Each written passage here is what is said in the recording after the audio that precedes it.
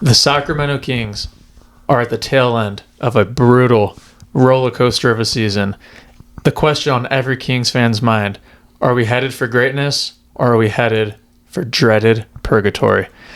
The question is, when you look at next season, do you think Doug Christie will be the head coach, and who do you think will be left on this roster? Wouldn't it be hilarious? Because we're recording this right after the Celtics game because you're going to be on vacation. Wouldn't it be hilarious if we just won out?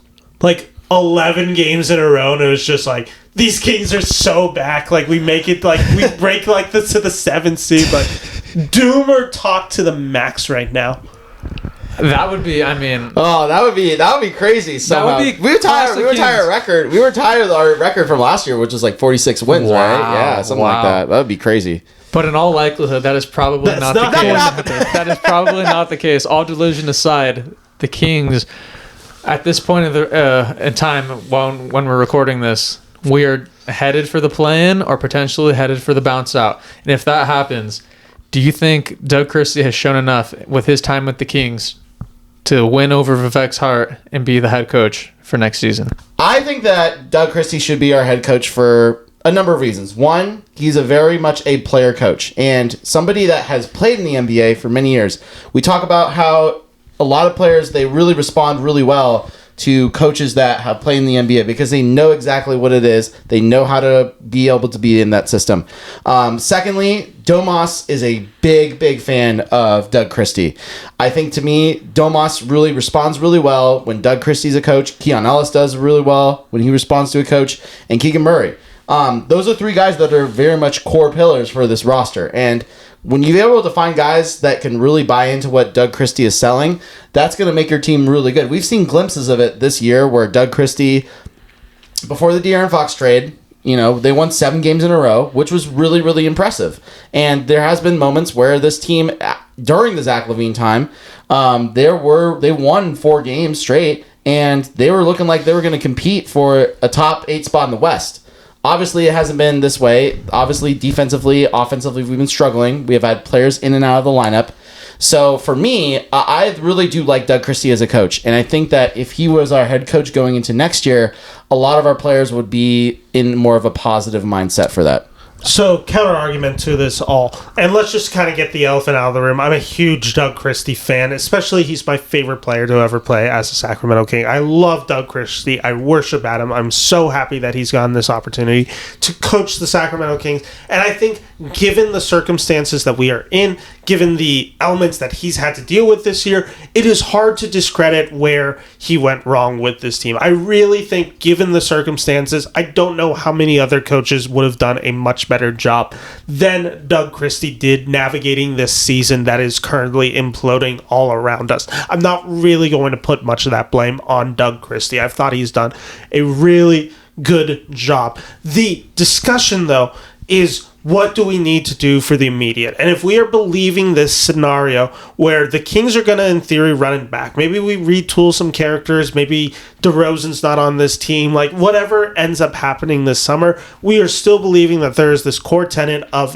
Sabonis, of Lavine, of Malik Monk, of Keegan Murray, of Keon Ellis, of all these guys, et cetera, down the line.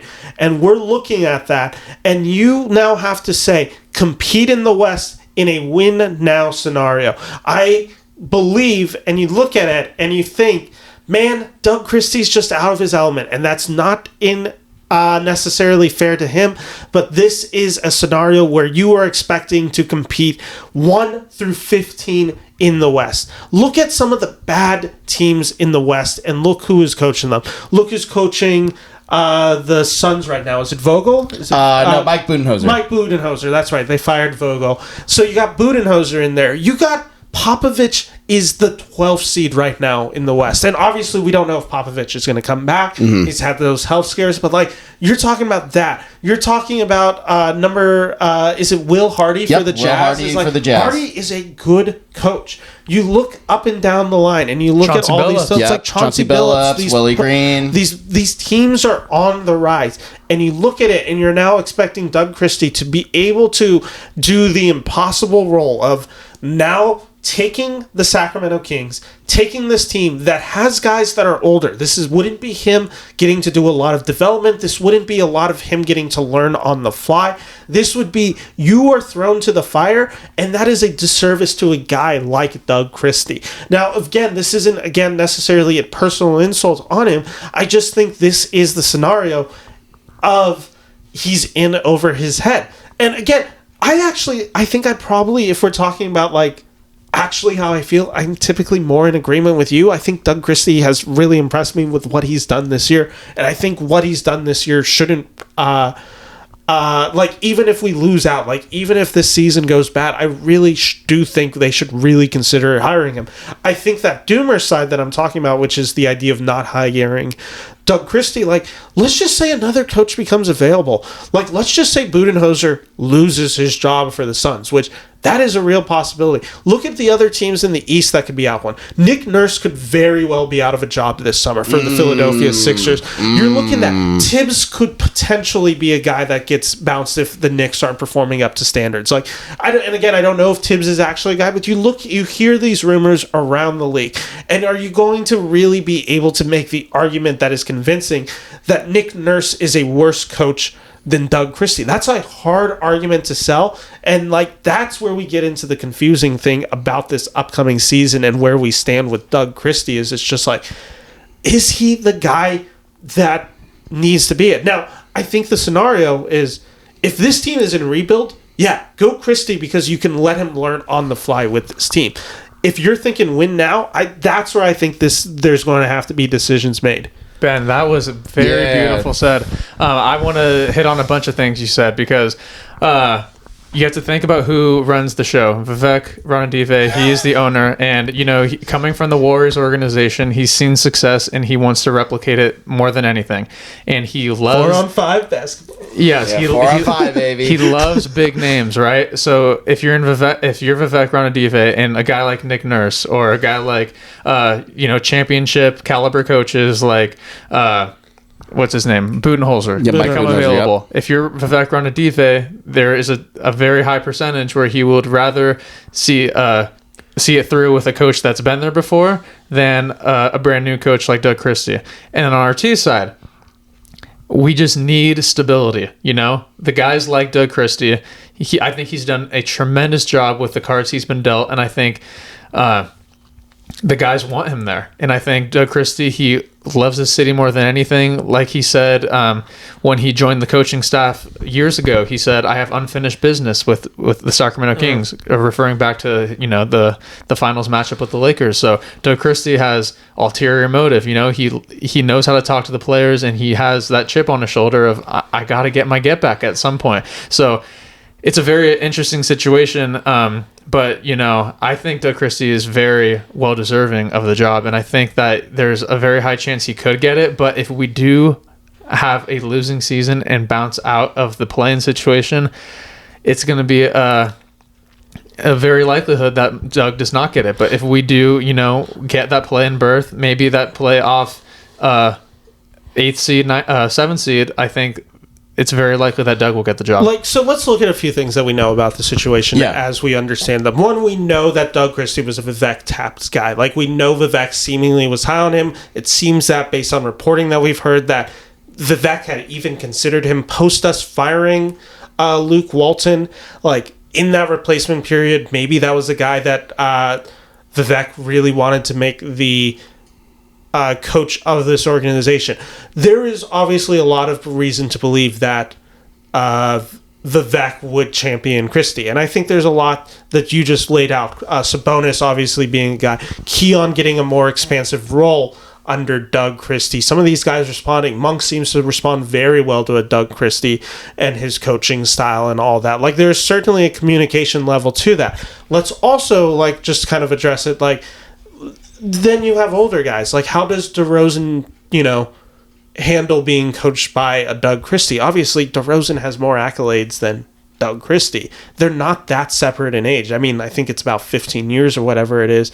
That's where you start getting into questions. And obviously, we can talk about the DeRozan of it all if he's going to be on this team.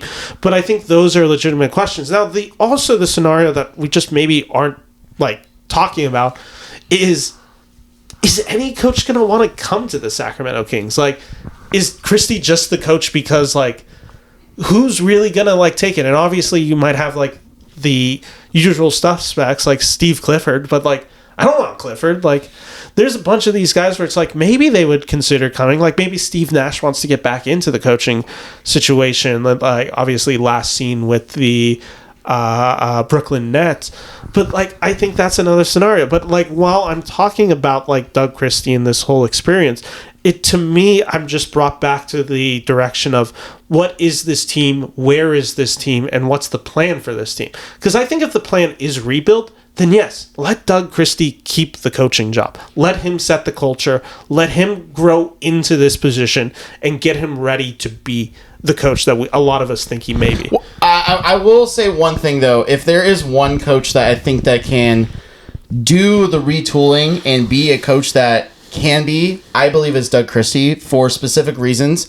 One, he has been on winning teams before. Like I said, he was part of the 62 win team in the Golden era. So for me, I feel like Doug Christie would be a very good coach to really help, with a retooling team if the team wants to go it. So I think either option can be really good. And there's no shame in wanting another coach, but I think that Doug Christie really symbolizes what a lot of Sacramento does for the city in general. So I think, to me, whatever option you can, I feel like Doug Christie should be the coach going into next season, whether or not we hit the rebuild button or whether we go into this retooling section of our season. What I want to be careful with, especially with a guy like Christie, who's obviously like a huge fan favorite, is I don't want to set him up for failure. I don't want to put us in a Vlade situation again, where Vlade is one of the most beloved players to ever play for Sacramento. Obviously, his GM role is, at the very least, I think, divisive to say, if not, like, has really hurt his reputation amongst Kings fans post it. Reggie Theus is another of these guys that you look at after he had his coaching gig in, I think, 07, 08. Like, all of that. Like, I want to set him up for a situation where he is going to... Essentially, I don't want to scapegoat Doug Christie. And that's where I get a little worried about with, like, what this team is going to be. Because I'm like, if we're going to be in this situation where it's just like, it might be too much for him to handle, or like anything starts going wrong, again, he's going to get blamed for it. And I just don't think that's necessarily fair for a guy that I think clearly has talent to be a head coach. I mean, like I said, the situation that he's in now is like very imperative of, or like very much showing what he can be as a coach, which is he can beat a lot of really good teams and he can strategize really well. We're seeing mistakes from him, of course we are. I mean, he's had weird rotations. The Bucks game, fourth quarter, the decision to play Lavine over Keon is like one of those ones where it's like, man, you kind of just went like over Keon too. Yeah, it was just like you wished like he had like adjusted. But again, like I said, that's the hard thing about this. So it's like, obviously I want Christie in many ways to be the coach.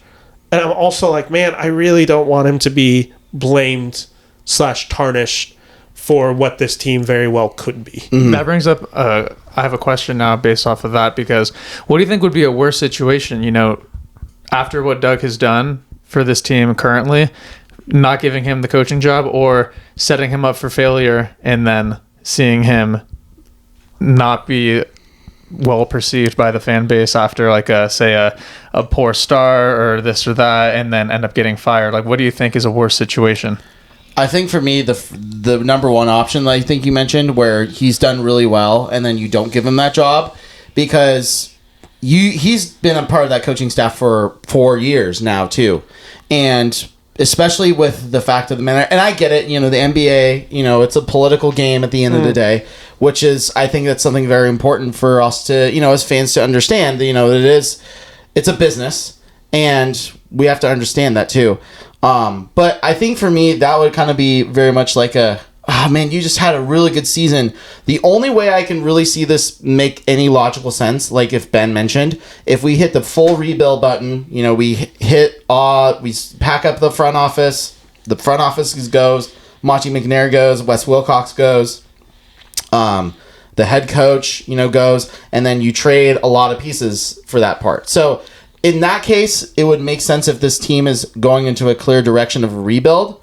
But I think if that's the case, then one, it's got to just be a full clean rebuild in this case. I think I just want to see a full Doug Christie season with his coaching staff. Because I love that too. I think that is the right answer. Yeah, because this was Mike Brown's coaching staff, with Luke Laux and with Jay Triano. So I would like to see what a Doug Christie-led coaching staff would look like. Like, what new pieces would he bring in, and like what the team could accomplish with that. So I think that's something to look out for. Next order of business.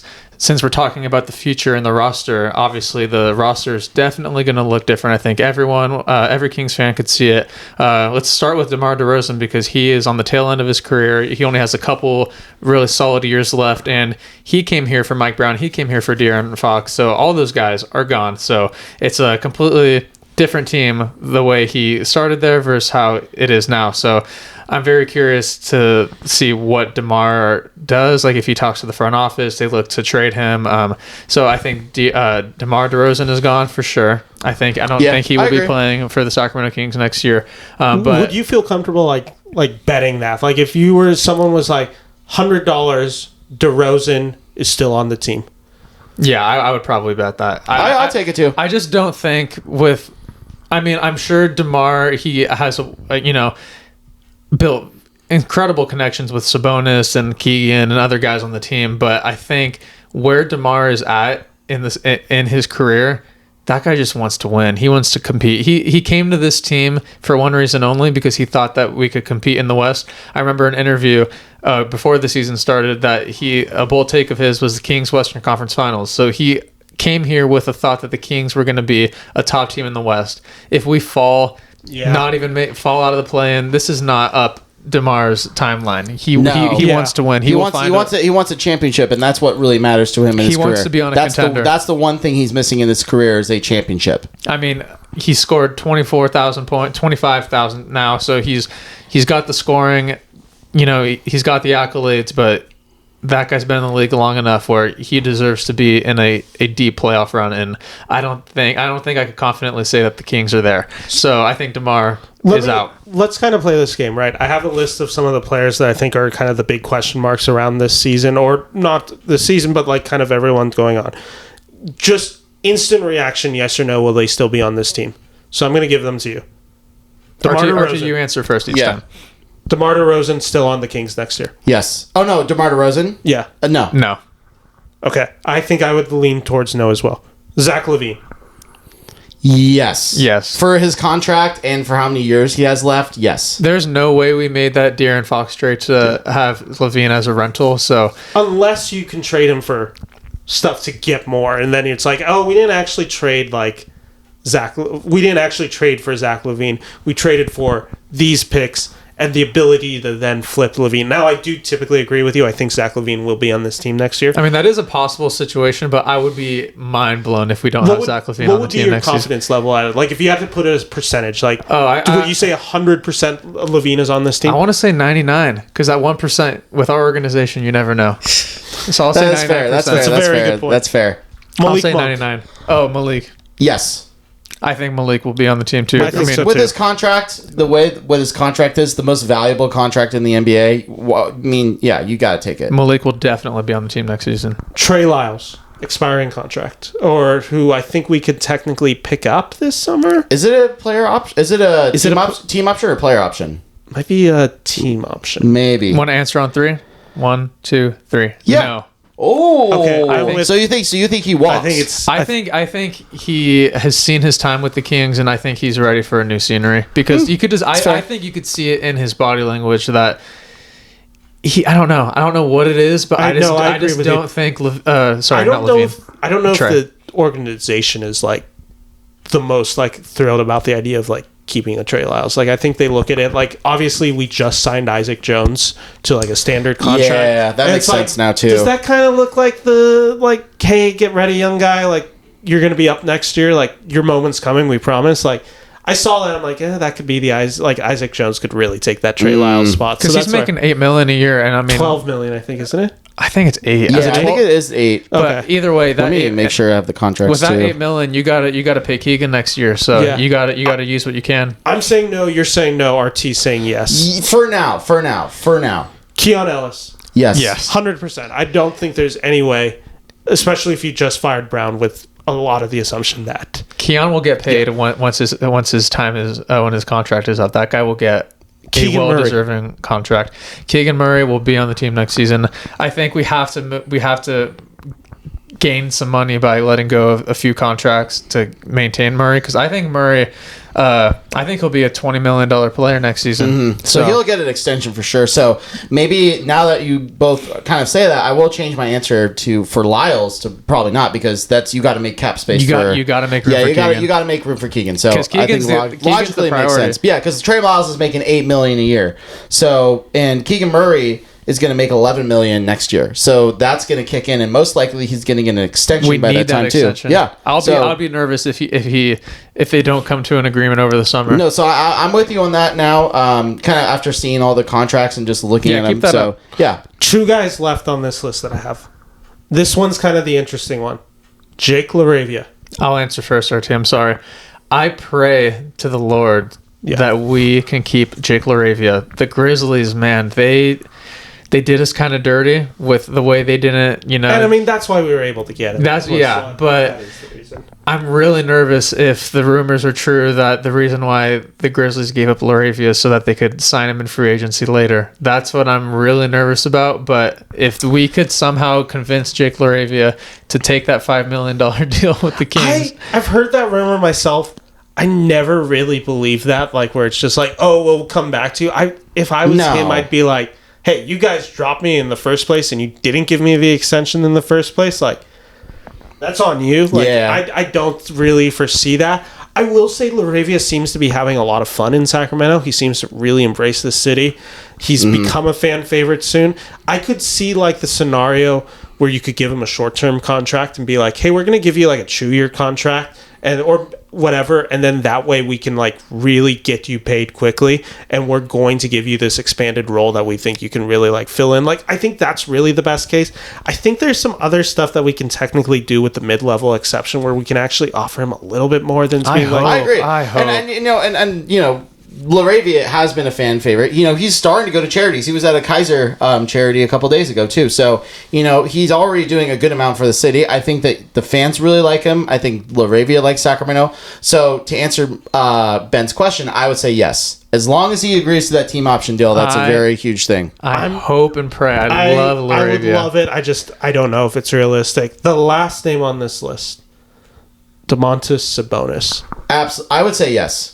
He needs to be on this team, or else Is there any worry about the reporting that's been that I know Amick brought up in his piece for The Athletic, where he was Sabonis is going to kind of re-explore his options this summer? After reading the article Amick had said and hearing the headline of Sabonis wants to meet with the team and talk about the future plans, I mean, if I were Sabonis, I'd do the same thing. Because that's where I feel where it's just hey, are we rebuilding? Are we are we trying to contend? If we're rebuilding, I totally understand he wants out. I get it. But also, it's I also could see it in a good light where Sabonis cares enough to know his input actually is meaningful, because when he talks to the organization, they're going to do everything they can to keep him. I cannot see a world where the Sacramento Kings will try to move away from him this early on. So I think Sabonis, he needs to be on this team. It's tough because I feel the Kings would do everything with the idea of hey, you traded Halliburton for him, you get Sabonis, you then, you'll build around Fox, trade Fox, get Lavine, and it's after 4 years, all you're left with is Zach Lavine. Oh, I'd be devastated. That seems really weird. So I do agree with you. I do think Sabonis will be a Sacramento King next season. The last part of this question, front office. Do you think it stays the same? RT, take it away. What do you think with Monty McNair? I don't know. I really don't know. I don't know either. You could tell me Monty's the GM, and it's no question, and all that. Or you could tell me he gets fired basically the day we miss the playoffs. If Monty gets fired, fire Wes Wilcox too. Yeah, you gotta. If you're gonna do, I think if you're cleaning house, you gotta clean house. Yeah, I fully agree. You have to clean house. You have to start with a new slate, because it all ties in. Because with this, when it ties into it all together, when you have a new front office, then you have a new direction. You have a new sense of where this team's gonna go. So and a new vision. Just a new vision, a fresh mind in there. So I think it really depends on what Vivek wants, and Vivek has been kind of very unpredictable ever since he has... We know he wants the caucus. What's his name? Staukus? Stauskas. Yes. Stauskas, yes. Give me Stauskas. Give me Stauskas. That's all he wanted. That's all he wanted. But yeah, so like, at the end of the day, I do think that it depends on what Vivek really wants for this franchise. So it's a very much a limbo. I think either way, it'll depend, because if they get rid of the entire front office, then I think that a rebuild comes in and that you have to kind of like start from scratch. I think that's where it is. And that's the tough thing with a rebuild, right? Because obviously with a rebuild, you typically expect guy comes in and he's like, okay, anyone that's not my guy, I'm like getting rid of. Like coaching, automatically, GM always brings in their own coach. Like that's expected. Like that's going to happen. If you fire Monty McNair, Doug Christie is not the coach of the Sacramento Kings next year. I would almost bet money if that is the scenario. Doug Christie doesn't get it. You then also look at it, and they often do it with players too, where they're just like, hey, I want to bring in a few of my guys. Like obviously we saw Wilcox bring in Herter. That was his most... that was like something that we all knew from him. Like there's stuff like that. So it's like if we were to hire someone, the most important thing is if you're gonna do it, fucking commit to whatever the vision is. Yep. Hire smartly. Yep. Hire smartly. Run this organization confidently, because the stories you're hearing, I'm hearing, being reported locally, being reported nationally. If I'm hearing fucking stories about the Sacramento Kings and I'm not even in local media, like I'm just like adjacent to some people who are like close to this stuff, and I'm hearing some of these rumors, like that's bad. Like that's not good for an organization. So like if you're going to clean house, get somebody in there who's going to be a fucking adult about this all. Yeah, get rid of the drama. Get rid of the drama. That's something that we need. But last question. Do you think that in the offseason, do you think a big boom is coming, or do you think it's just going to be small tweaks and to retool this team for next season? I think it all depends on how we finish the season. I think there's 11 games left. So for me, it all really boils down to whether or not where this team lies, where this team ends up, because if it's not going to be this play-in, playoff situation, then I think if we do make playoffs, I do expect us to make tiny tweaks. But I think if we somehow, the rest of the season implodes and we still have our first round pick, and somehow we get extremely lucky and get Cooper that flag. Right. Yeah, right. If we get extremely lucky, capture the flag. Extremely lucky. Not even just Cooper flag, like Dylan Harper, Ace Bailey, any of those guys. I think the direction is very clear that you kind of have to move away from Lavine. You got to move away from DeRozan for sure. Just a clear room to have your rookie have a chance to really develop and be that next superstar for your team. So I think it really does depend on where we end on the season to really dictate where we go going forward. Can I ask you the question, right? Mm-hmm. To like kind of address Christo's question. Like, yes. What's the point guard situation going to look like? We've kind of like skirted around it. Like that's going to change. I mean, it's going to change. I just don't think Monk is going to be it. Like I still kind of feel like Monk's role will be sixth man of the year eventually. Like that kind of feels like the natural position. Maybe he is a starter. Like I don't really know if that's like in him, but like maybe it could happen. Like maybe he goes back to his chew. Keon's at the bench. Like, is it Keon's the starter for this? Well, I mean, it's not, because we're assuming Levine's going to be on this team. I just see a world where if DeRozan is not on the team, Keon and Malik will both start. That's so Keon, Monk, Lavine, Keegan, Sabonis in the West as our starters? I think that's what it's going to have to be. Because I think going into next season, Keon has to be a starter. I think so too. But I mean, it's going to be up to Doug if he's willing to take Malik off the bench. But so that's the question, right? Because it's just so tough. I don't think he's going to do it. Is Monk better as a six, and then you bring in a point guard, and then you have Keon as the two? Like, unless you strike gold in free agency or strike gold in the draft with a point guard.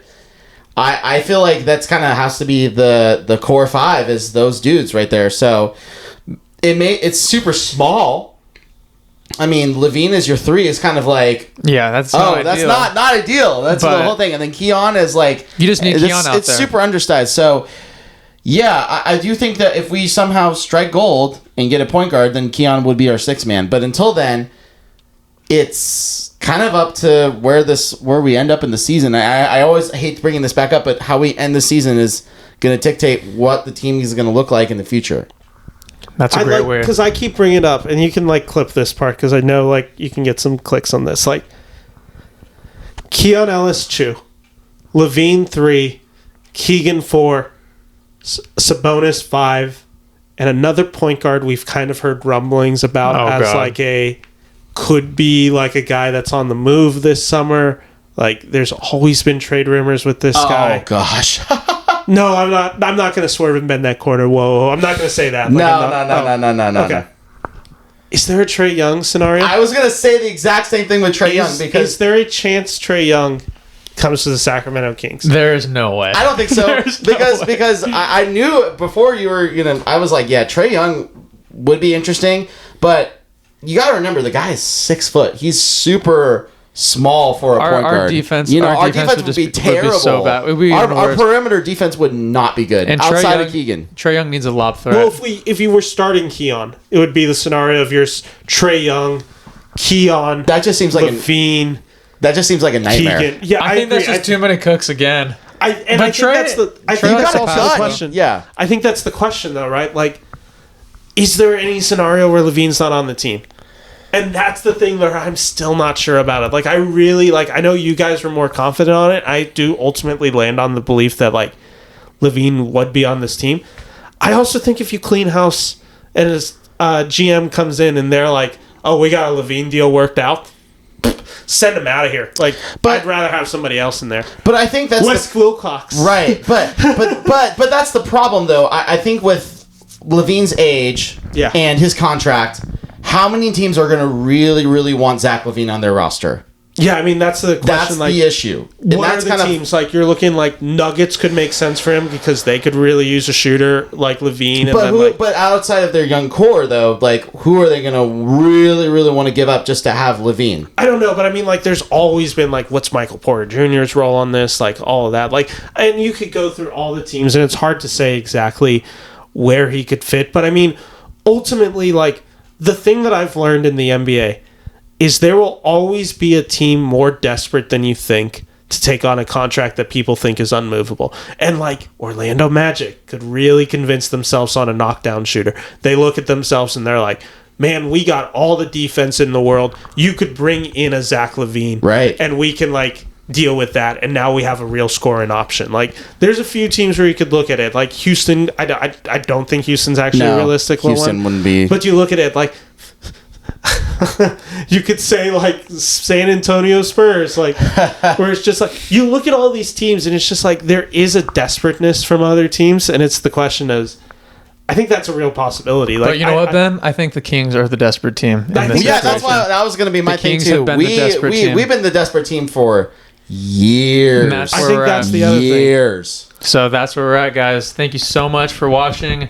Let us know what you think on the state of the Sacramento Kings going into the next season.